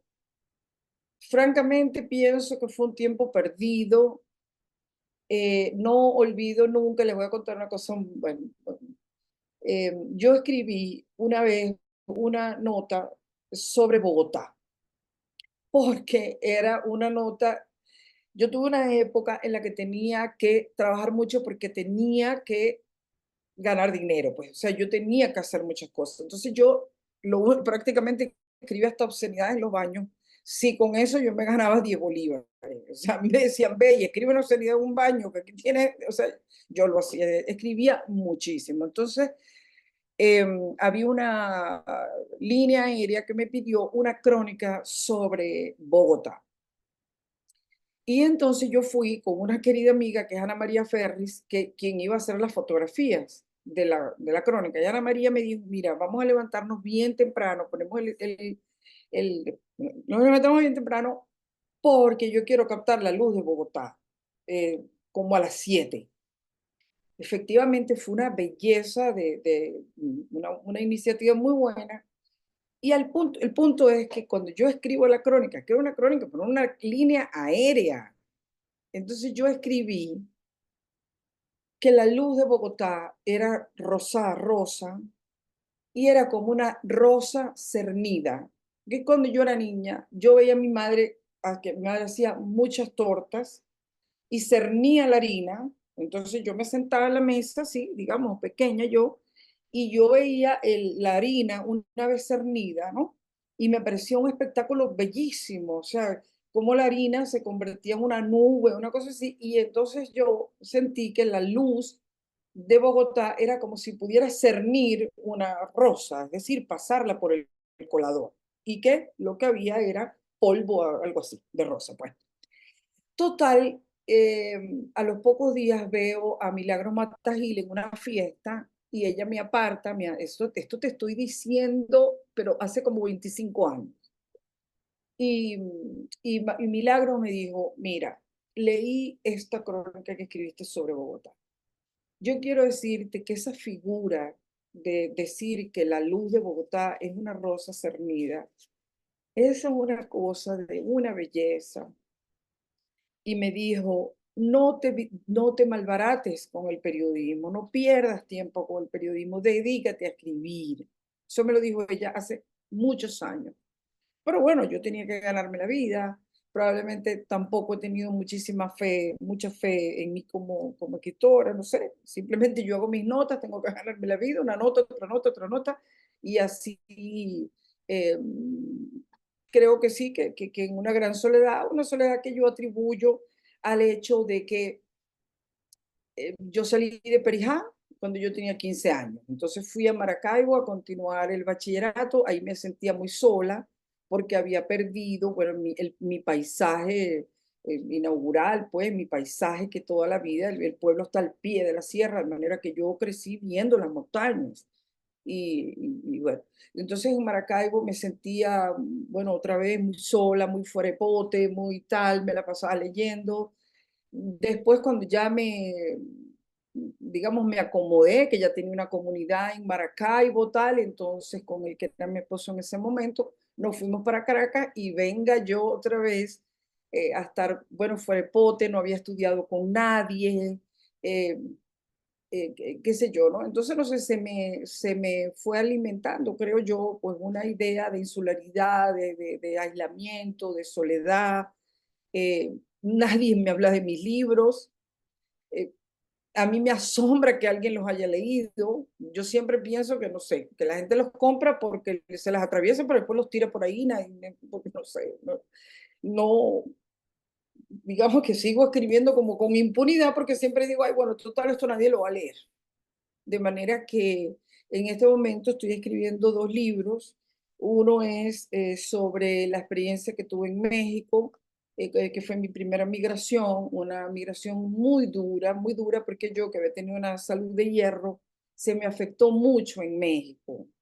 Entonces me la pasaba viendo los médicos. En estos días me encontré con un médico panameño que estaba de paso en Madrid y me dice, no, es que yo te vi a ti, yo, Dios mío, pero yo de no ir a los médicos, o sea, pasé por Panamá, fui a un médico porque me la pasaba, bueno, con migrañas y cosas, ¿no?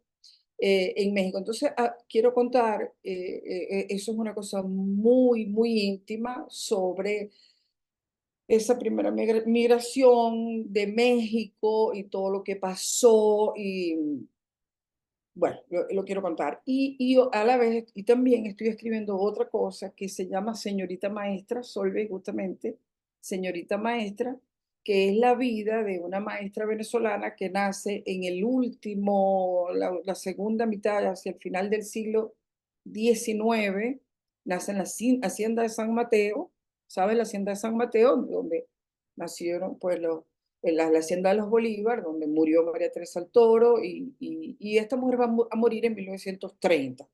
Entonces, bueno, es la vida de esta mujer, ¿no?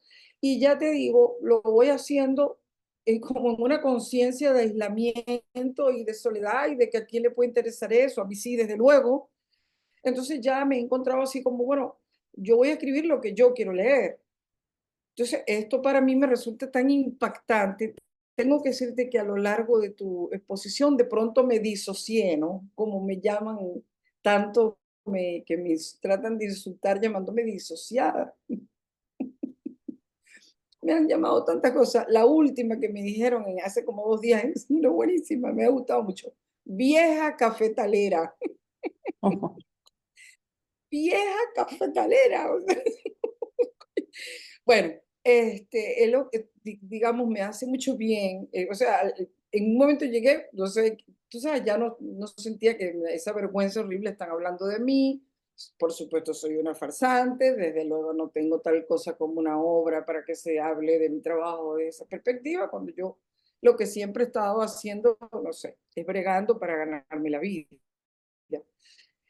Bueno, nada, estoy un poco, o sea, estoy un poco asustadona y no le he contestado a Luz Marina. Los diálogos, los diálogos, los diálogos, los diálogos. Lo que pasa es que si me pongo a hablar de los diálogos me voy a alargar mucho, ¿no? En principio, yo creo que toda escritura es la mera palpitación de algo más profundo que no llega a nombrarse. Esto se aplica a toda la literatura, a la literatura. O sea, la característica de la literatura es que la literatura es una escritura que piensa al otro, que piensa al sujeto de la enunciación, digamos, y que se piensa a sí mismo. Entonces, en principio, escribir es un acto de pensar. Y toda literatura, o por lo menos la literatura que a mí me gusta leer, es aquella que lo que leemos es apenas la evaporación de un hervor que no llegamos a ver, de un hervor que está fuera de la escena. Es decir, que nosotros experimentamos las tensiones, nosotros experimentamos eso, la vibración, pero el drama está eludido. Y entonces por ese camino creo que los diálogos por fuerza tienen que decir algo que no está dicho ni en la narración ni en la descripción. Y los diálogos siempre por fuerza tienen que ser epidérmicos, mientras que el drama otra vez está eludido. Y justamente los diálogos son los que más eluden el drama, los que lo rodean sin llegar a nombrarlo nunca, nunca. Yo creo que un diálogo que nombre al drama o al conflicto, eso es. Y fíjate que cuando Solveig estaba hablando de que yo me olvido de los relatos, de verdad, no, o sea, para mí existe la nota que estoy escribiendo, la nota que yo estoy escribiendo o el libro que estoy escribiendo, pero esa cosa de una mujer que tiene un gran dolor y va al cine y lo que se pone es a decir groserías y obscenidades, en realidad, porque yo tengo un amigo Maracaibo que hace eso, no es ningún enfermo, es simplemente un ocioso, un amigo muy querido, o sea, una familia muy querida que él va, entonces él hace como en el cine mudo, él va comentando, ¿no? Entonces, mamita, una tetica, mi amor, una cosa increíble, lo hacía en el cine y por reírse, Pero en realidad, cuando te escuché a ti, yo caí en la cuenta de que cuando yo escribí eso, tomando esta idea de este querido amigo mío, que ni es ningún enfermo, ni ningún acosador, ni nada, lo que es un jodedor, pues. Y por cierto, que es un hijo de la migración, un hijo de la inmigración. Entonces, claro, él como tiene una cierta distancia con el habla de Maracaibo, entonces él la sobreactúa, digamos, ¿no? Pero bueno, ese es otro cuento. Esta parte, ¿no? De cuando tenemos distancia con un lenguaje, entonces tendemos a hacer de él un objeto de experimentación. Y yo no dudo que estas obscenidades que hacía este amigo mío Federico era por eso. Entonces él deformaba los slogans y para decir, no sé, Melody, ¿se acuerdan de Melody? Que era un peluche que cantaba. Entonces no decía Melody, sino te lo empujo, unos absurdos, te lo empujo, o sea, unos absurdos. Y bueno, como yo escucho mucho, siempre estoy escuchando lo que dicen, cómo lo dicen. Pero cuando escuché a Solveig decir eso, yo pensé, claro, es que ya yo en ese momento estaba resintiendo que el Venezuela se estaba volviendo un país sumamente soez, sumamente obsceno, soez, y que el lenguaje público y que el lenguaje de las instituciones estaba siendo corroído desde la propia pronunciación. Y lo tuve muy claro pues, cuando te oí, porque había olvidado ese cuento por completo. Entonces, claro, evoqué esto que les estoy contando de este amigo mío y que yo lo escuchaba pensando, esto él lo hace porque en su familia no hablan así, porque la mamá y el papá son españoles, y entonces él tenía como ese regusto de decir las groserías de Maracaibo, que son bastante abundantes y sonoras, para no decir estridentes y atroces. Entonces, claro, los diálogos es un gran tema. Los diálogos son un gran tema. Mira, un diálogo malo ahuyenta a los lectores más que un tiro en un estadio. Es decir, ¿y qué es un diálogo malo? Un diálogo reiterativo, un diálogo que diga lo mismo que ya estamos viendo en la trama, un diálogo que se alarga sin necesidad, un diálogo que va corriendo al drama como el baboso al escote. No, y uso el símil muy a propósito, porque un diálogo sobrediciente, sobreelocuente, es sumamente grotesco. En fin, apenas estamos empezando a conversar y eso lo hablaríamos ya en, digamos, en otro lugar, ya en clave de taller, ¿no? Y lo otro es que yo tengo un conflicto por las capas de habla que tengo, porque yo nací en un bolsón de voceo, toda América vocea, pero el voceo del Zulia es distinto, es triptongado, es muy complejo, con la dificultad de que mi madre no le parecía que, no sé, por alguna razón, que nosotros no podíamos vocear. Entonces es el día que yo no digo voz, me cuesta mucho. Cuando lo digo es como haciendo un esfuerzo para acercarme mucho a una persona. Entonces, claro, nosotros no podíamos vocear porque mi madre decía que, no sé, que mientras que ella y mi padre hablaban, o sea, impresionantemente zuliano. Entonces, cuando yo me meto en un diálogo, por ejemplo, que yo voy a representar el habla de una persona que no sepa leer, Gregoria la Ifigenia, Gregoria, la mujer negra que lava en la casa de María Eugenia Alonso. Teresa, yo observo mucho cómo lo hacen los demás. Observo, bueno, uno escritor lee como un espía canallesco, ¿no? A ver cómo resuelven los otros los problemas. Y no solamente cómo los resuelven, sino cuáles son los problemas en los que deciden meterse. Entonces hay un problema que decido no meterme, que es la representación del habla del otro, del habla del iletrado, del habla del empobrecido, del habla, porque muy rara vez sale algo distinto a una anomalía, a una, ¿cómo se dice cuando se hace una imitación que resulta en una morisqueta, pues, ¿no? En fin, todo, o sea, si nos ponemos a hablar de los diálogos, porque claro, en los diálogos nosotros tenemos que trabajar el habla, la densidad anímica del sujeto, del personaje. Y entonces yo me metería, y lo trato de evitar porque siento que voy a salir mejor librada, y es que me voy a meter en el problemita de las marcas de habla. Y las marcas de habla es muy raro que no derives, que no desbarres hacia lo folclórico, hacia lo peyorativo, de manera que yo trato que los diálogos sean lo menos posible, que eludan el drama lo más posible y zafarme del problemón de la representación de las marcas de habla.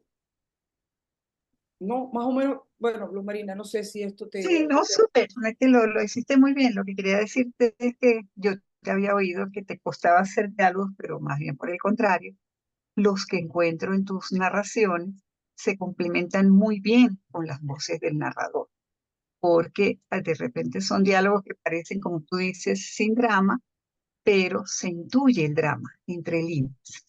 Entonces eso lo logras hacer muy bien. Y por otra parte, pues cuando dices, ajá, que se sienta la catástrofe mientras se están saludando y mientras están... exactamente, a eso me refería. Entonces, La catástrofe está allí, ¿no? claro, entonces eso por una parte. Y por la otra, quería decirte que tú sí eres leída. Mis estudiantes en Colombia te han leído, entre otras cosas, porque también aquí hay una guajira y eso interesa muchísimo y es una comunidad importante. Pero no solamente los cuentos guajiros, es decir, yo he llevado el abrazo del tamarindo a varios congresos, lo he llevado a mis clases, porque curiosamente ahora con la gran literatura que se está produciendo sobre la migración venezolana, la gente se interroga por la migración colombiana en Venezuela. Y solamente tú has escrito una novela al respecto. Entonces, eso también se agradece. Y lo has hecho además pues, con una sensibilidad muy especial. Y es un poco lo que decía antes, te pones en el lugar del otro y desde ahí escribes. Entonces, un poco para la pregunta que había hecho Mitzi, en efecto tú te pones en el lugar de las mujeres, pero no de cualquier, o sea, no la que se parece a ti solamente, sino, como decía Solveig, de muchas y diversas mujeres, del ama de casa, de la mujer mayor, de la jovencita, de la niña, de la adolescente, de la mujer urbana, de la campesina. Entonces, eso lo haces bastante bien. Está muy bien logrado, entonces no estás sola, se te lee, aunque tú no lo sepas. Bueno, mejor que no. Mejor que no, porque si ya esto ha sido un trago, un trago duro, no quiero pensar en, bueno, tú sabes, tener a alguien aquí viendo. La otra cosa de los diálogos, que en mi caso, yo tengo una escritura que yo trabajo, o sea, yo tengo una escritura de salir, no de andar por casa. O sea, no dejo un texto mal pergeñado ahí, que, ay, bueno, ya se verá. No, no. O sea, trato muchas cosas, trato muchas cosas. Entonces, cuando ocurre así, muchas veces, ¿qué es lo que pasa con los diálogos? Que es que entonces uno narrador queda como con una pronunciación universitaria, de gente decente, de gente blanca, y entonces el hablante sale como un tonto ahí, ¿sabe? Esa es otra cosa que digo, oye, no puedo tomar ventaja, que es lo que me pasaba todo el tiempo con los entrevistados. O sea, Mm. ¿no? El entrevistado ya tuvo la confianza de hablar conmigo, no voy yo ahora a convertir la entrevista en una especie de ridículo, de dejarlo en ridículo, dejarlo, en tal caso, si a mí me parecía ridículo lo que estaba diciendo, yo se lo decía mientras hablábamos. O sea, no esperaba a estar en el trabajo de gabinete en el que uno está solo y que uno perfectamente puede hacer quedar un entrevistado como un tonto, ¿no? En fin, que mira, que has ido directo a un tema que me interesa mucho, me interesa como lectora, me interesa mucho y que trato de trabajarlo desde un punto de vista, desde luego, eh, expresivo y estético, pero también ético. O sea, de verdad, también ético, pues. O sea, eh, así no. O sea, tenemos que estar todos en igualdad de condiciones, porque no me voy a poner yo como una señoritinga y la gente hablar tú sabes, comiéndose letras o conjugando mal o decir, no sé, ay, me fueras dicho. No, no, o sea, no No, sé. no, tú no caricaturizas, pero sí empleas palabras venezolanas y eso está muy bien. Entonces, Bueno, ahí es no, donde viene el equilibrio, no es totalmente neutra sí, sí, esa habla que tú representas. Entonces, el sí, lector venezolano se puede sentir perfectamente identificado. qué bien, sí, sí, sí, porque Puedo plantear un ejemplo de eso. Aquí estábamos leyendo El abrazo del tamarindo con unas compañeras que leen muy bien en español y ellas me preguntaron, ubiquémonos en el diálogo entre las señoras que están en un cumpleaños, el que está Araceli, la criada, subiendo y bajando la piñata. Y entonces ellas están hablando sobre las criadas. Entonces hay una expresión muy graciosa que utiliza una que dice, una le dice a la otra, no, porque yo prefiero a las guajiras. Y otra le dice, no, mi hija. Entonces eso está escrito. Y mis compañeras me decían, ¿qué significa este no? ¿Cómo dicen eso? Y yo le digo, ah, ok, claro. Y otra dice, Solveig, ¿qué significa, qué es Cuá tan brava? Dice una, ¿no? ¿Qué significa? Porque ya no decimos, aquí dice mosquito, ¿no? Pernilongo, mosquito. Para nosotros es zancudo y ellas utilizan zancuá, que es mucha cantidad de zancudos que las está picando mientras ellas conversan sobre las criadas, etcétera, ¿no?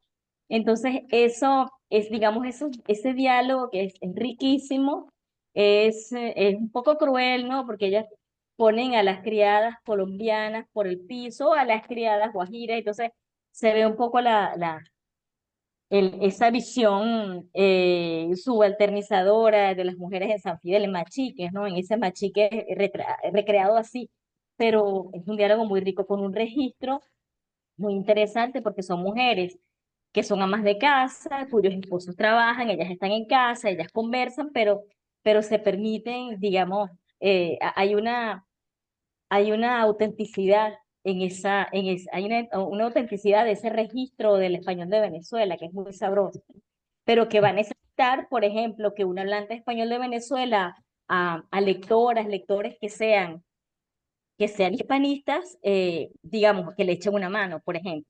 Pero eso es, digamos, lo maravilloso de una obra como El abrazo del tamarindo o entre las novelas venezolanas que plantean o que hacen una propuesta desde lo local, ¿no? Desde lo local. Entonces, Es muy Tengo rico, mucha fue muy libertad gracioso. de usar venezolanismos y zulianismos, incluso cuando no estoy hablando del Zulia o para el Zulia. Eh, Y yo, desde luego, conozco muy bien, o creo conocer, pues, ustedes saben que las lenguas se renuevan muy rápidamente, ¿no?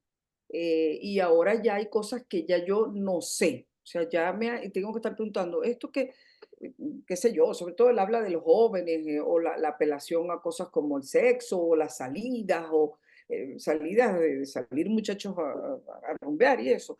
Em, pero yo, es decir, he tenido mucha confianza en mi capacidad de elegir y de usar venezolanismos y zulianismos. Por ejemplo, mira, por ejemplo, en el Zulia hay un absurdo del habla del Zulia que es para decir que algo es malo, mediocre, especialmente malo, pero no malo en el sentido de maldad, sino malo de poca calidad, ¿sí? Que es decir que algo es malayo, malayo, o sea, es un absurdo, pero nosotros lo usamos mucho, el tal cosa malayo, ay Dios mío, ¿dónde estarán estos lentes malayos? Cosas así, pues. Y yo me he permitido en artículos en el Nacional, una vez, es decir, de circulación nacional, usar la palabra malayo.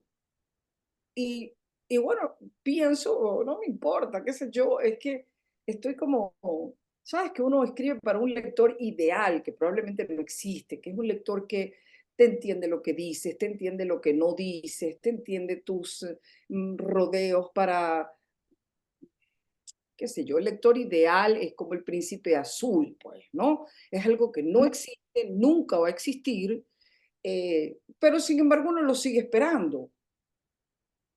Miren que ustedes no, yo soy la única que a los 64 años todavía estoy esperando el repiquetear de unos caballos, de un caballo y el príncipe azul. Entonces sí, o sea, creo que tiene que ver con el lector ideal y es que uno fantasea, por supuesto es un alter ego, es un alter ego. em, y por cierto, que ni siquiera uno mismo es un lector ideal, porque ciertamente uno es muy mal lector de sí mismo. Probablemente yo sea mejor lectora para muchas de mis amigas escritoras que para mí misma y vea cosas en los textos que ni siquiera ellas ven o que ni siquiera y me ha pasado también, ¿no? Me ha pasado con tu trabajo, Solveig, que bueno, no tengo manera para apreciar de todo lo que más me ha gustado y me ha estimulado es que digas que yo tengo una obra en proceso, y sí, y es así, ¿no? Es así, y en medio de todo el alejamiento que he tenido del periodismo, no saben lo que recuerdo a Milagro Mata Gil, no saben lo que pienso en ella. Digo, ¿qué hubiera pasado si yo le hubiera hecho caso a Milagro, no? Bueno, No uno, es tarde, Milagros. bueno, sí, sí, espero, Por espero. eso, o sea, tú no hemos hablado de tu obra en pasado, en presente. Hemos hablado. Sí, sí, pero que estuve muchos años fajada, y digamos, años de alta productividad, de energía, dedicadas a una lucha, eh, bueno, ¿cómo no pensar que fue inútil? Bueno, en fin, No, no, no nos vayamos, no, eso es parte de pero una construcción, pero puede ser que ahora estés en un momento en que te puedas permitir volver a la sí, ficción. sí, sí, se hace pues lo que uno siente que tiene que hacer, ¿no? Lo que es el deber de uno, ¿no? Ujú. Eh, bueno, en eso estoy. Mire, les quiero agradecer muchísimo, muchísimo a quienes están aquí, de verdad me siento muy, bueno, muy acompañada y muy acariñada y he visto, bueno, gente como María Luz Cárdenas, que es un tesoro viviente, lo mismo que Marina Gasparini, que son gente que vive prestándole servicios al país, pensando el país, bregando por las fuerzas civilizadoras y de verdad, bueno, digo eso porque no he visto muy bien más quienes están, porque no me quiero inhibir, ¿no? Pero bueno, muchas gracias, de verdad, qué bueno. eh, y por supuesto, amigas que quiero muchísimo. Si hay algo, no sé, Solve, que yo te pueda, no sé, yo creo que tú sabes mucho. No sé si hay alguien más de los participantes que nos acompañan que tengan alguna pregunta y con ella ya cerramos la sesión. En el chat solo hay comentarios de que les ha gustado las participaciones de las invitadas y la participación de Milagro y están expresando su regocijo por este encuentro. Les ha gustado. Qué bueno. No veo manos levantadas, entonces voy a cerrar la sesión. Quiero agradecer a Luz Marina una vez más. Ya Luz Marina es miembro honorario de este seminario. Luz Marina, no nos abandones. Así es. No, pues gracias. Solveig, bueno, te felicito por tu hermosa tesis y te animo a que sigas investigando y sobre todo publicando los hallazgos. Y Milagro Socorro, ya te tengo por ahí para el próximo año otro encuentro para que hablemos de literatura infantil, que parte de tu producción ha sido de esa área. Y concuerdo con Solveig en relación con el comentario, con el comentario que hizo Solveig sobre la clasificación que hicieron de cuentos guajiros como literatura infantil y juvenil, ¿no? Yo Yo lo también dije pienso como también Solveig, sí, que esa clasificación de alguna manera restringe que haya más acceso a otro tipo de lectores. Pero bueno, esa conversación la vamos a tener en otro encuentro. Ahí nos va a quedar pendiente algo más. Les quiero les quiero notificar que la próxima actividad hay un ruido, por favor apaguen sus micrófonos. Bueno, La próxima actividad va a ser sobre... Hello, la manito de Mitzi. Mitzi, un momentico, Mitzi, déjame terminar esta buena noticia. Miren, una de nuestras escritoras es Ana Teresa Torres y todavía nos acompaña en vida, así que vamos a hacer un coloquio sobre la novela Doña Inés contra el olvido, que se publicó en 1992, tiene aproximadamente 32 años, y ya revisé y hay muchas investigaciones desde el punto de vista de la crítica literaria de esa novela. Entonces de eso nos vamos a ocupar, les voy a poner el PDF en el grupo, y para los que no están en nuestro grupo de WhatsApp, ustedes pueden entrar a la página web de Ana Teresa Torres y ahí están sus novelas, se pueden descargar. Vamos entonces a escuchar a Mitzi. Sí, Mitzi, muchísimas puedes abrir tu gracias. micrófono. Ujú. Hola, gracias por la invitación. Fascinada de esta experiencia. La verdad que, bueno, me ha llegado de una forma inesperada. Todos los comentarios de nuestra autora y, bueno, todo el trabajo que han presentado las compañeras que le antecedieron. Quería decir solamente algo muy breve, que es que precisamente hablando de lo que es o no literatura para niños y niñas, y con referencia al trabajo que presenta Milagros, precisamente a mí me toca muchísimo porque abordo el tema de las violencias en la infancia. Esas violencias que a veces queremos esconder hasta que seamos adultas para decirlo, o romantizar, o decirles, mira, no pasó nada, déjalo así, déjalo que pase, que se te va a olvidar, que te vas a curar, que vas a sanar. Y esa es una forma de poner el tema, no solamente para niños y niñas, sino, bueno, para una sociedad que se quiera hacer la ciega. Era solo eso. Gracias.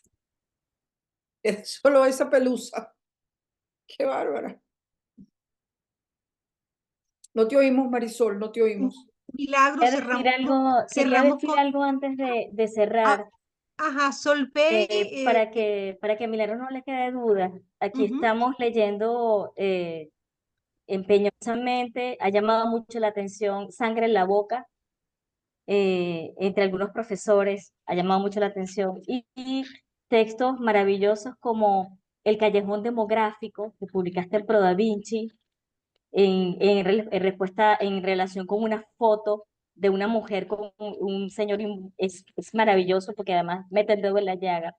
Y crónicas viejas para ti, pero para mí están crónicas maravillosas como El aljibe de los perros o El falso porcino, que para mí es una clase de cómo hacer una crónica, así sea muy pequeña, que protagonizan el hijo de Milagro Socorro y Milagro Socorro. Entonces, bueno, aquí vamos Es, con nuestras escritoras, con nuestras escritoras vamos. Aquí vamos. es la crónica sobre el reggaetón, que yo iba en el carro con mi hijo, que yo iba manejando yo. Esa situación se revirtió muchos años. oí que él estaba cantando una cosa que decía, todo ese nalgaje está en ganga. Y yo me quedé escuchando y le dije, hijo, por favor, dime que lo que yo estoy escuchando no es verdad. O sea, ese coro no puede estar diciendo todo ese nalgaje está en ganga. Bueno, sí, eso es lo que eso fue mi ingreso al reggaetón con todo ese nalgaje está en ganga. O sea, todavía lo recuerdo. El falso porcino, o sea, porque era la gripe porcina. No, hombre, pero eso es una tontería, Solve. Eso es una tontería. Tú no sabes lo que yo estudio para escribir una nota. Eso lo hice ahí porque íbamos en el carro y ya está. Y digo, bueno, oye, tengo que entregar, no hay yo que escribir, déjame escribir esta bobada que ocurrió con sí, mi ingreso de sopetón al reggaetón. Bueno, se nos acabó el tiempo. Muchísimas gracias a Fania y a Camilo por una vez más acompañarme en estos encuentros. A las invitadas, a Milagros y a todos ustedes. Nos vemos en julio con Ana Teresa Torres. Seguro.